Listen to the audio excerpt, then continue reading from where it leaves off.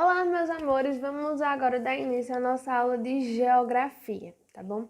Então eu já vou pedindo para vocês abrirem o livro de vocês na página 362. E vamos falar um pouco hoje sobre vegetações.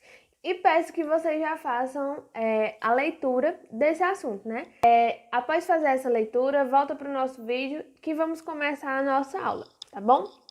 Bem, o nosso assunto de hoje é sobre vegetação. E o que é vegetação? Não é mesmo? Para que serve esse estudo sobre a vegetação? A vegetação é um conjunto, tá certo? De espécies vegetais que estão em um determinado local.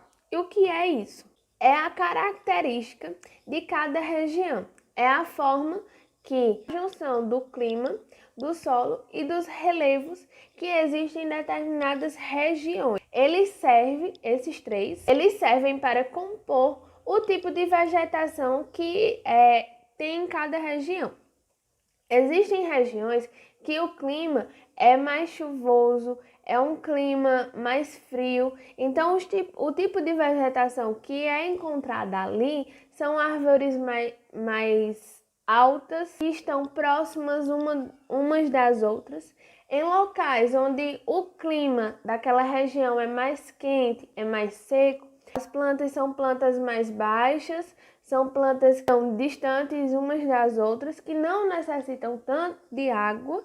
Elas só conseguem, sobreviver neste ambiente, nesse tipo de solo que tem pouca água. Nesse caso, cada vegetação ela depende, do clima daquela região, depende do solo que é encontrado e os tipos de relevo que tem nessas regiões, tá certo? No nosso país existem vários tipos de vegetações. Como já estudamos, cada região ela tem um tipo climático diferente um dos outros. Os relevos também fazem parte também dessa mudança que existe nos tipos de vegetações.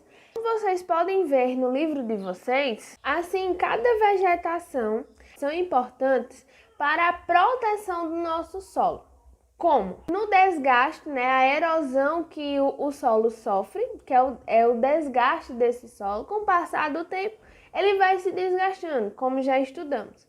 E, além dessa proteção, a vegetação ela serve para purificar o ar, Como já conversamos, como já debatemos, as plantas, as árvores, elas servem para quê? Para melhorar, o ar que respiramos. Então, cada vegetação tem um tipo, específico de plantas que conseguem sobreviver nesses determinados locais. E elas servem, para nos dar um ar mais puro, um ar melhor do que se não tivéssemos essas árvores, tá certo? Hoje eu vou passar um videozinho que ele explica totalmente tudo isso que já estudamos até aqui.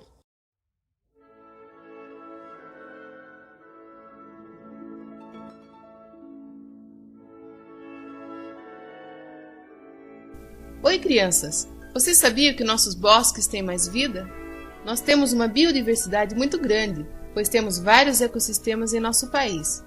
São vários tipos de vegetações e animais que vivem nesse habitat.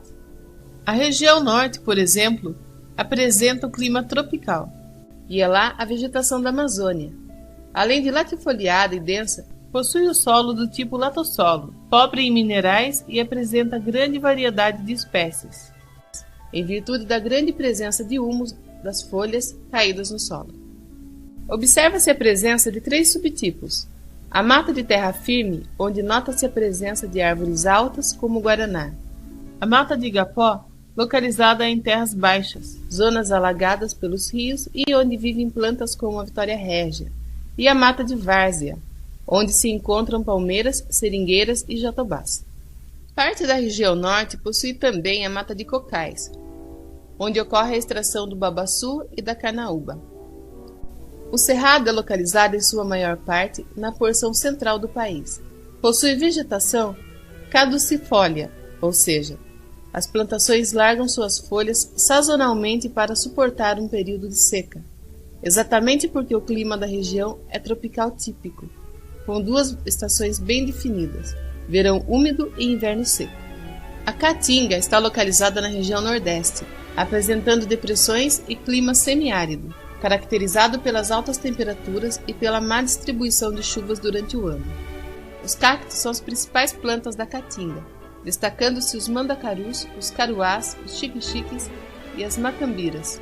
No litoral do Nordeste encontra-se o solo de Massapê, excelente para a prática agrícola, sendo historicamente ligado à monocultura latifundiária da cana-de-açúcar.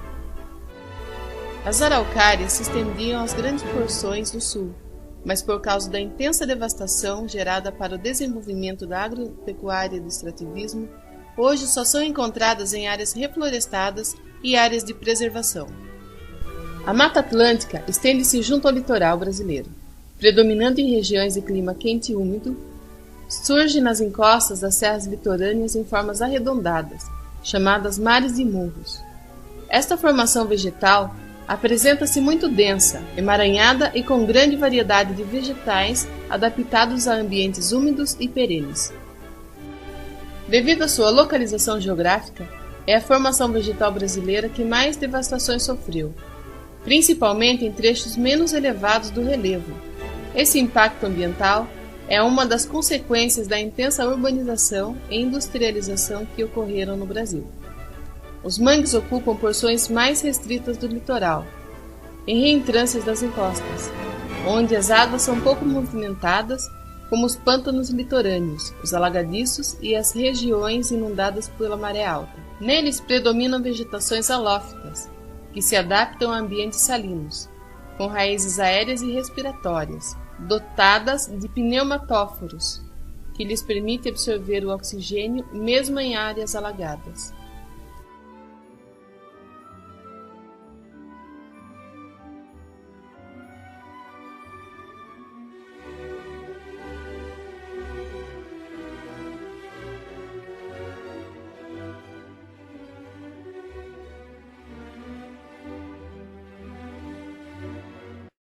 O nosso país ele é muito diversificado, né, em relação às vegetações. E em alguns determinados locais existe mais de uma vegetação. Depende muito do local, como eu já disse, do tipo do solo que existe ali, clima que está presente naquela região, se é uma região muito seca, se é uma região muito chuvosa, né?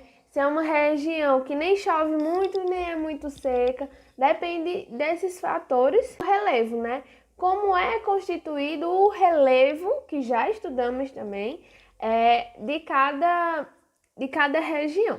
Então, meus amores, a nossa aula de hoje é essa, sobre vegetação, uma aula rica de informações que podemos entender, conhecer um pouco mais de cada vegetação do nosso país e entender por que cada região existe diferentes plantas, diferentes árvores e para a gente entender um pouco como é que funciona isso, tá bom? Peço que vocês façam a atividade da página 364.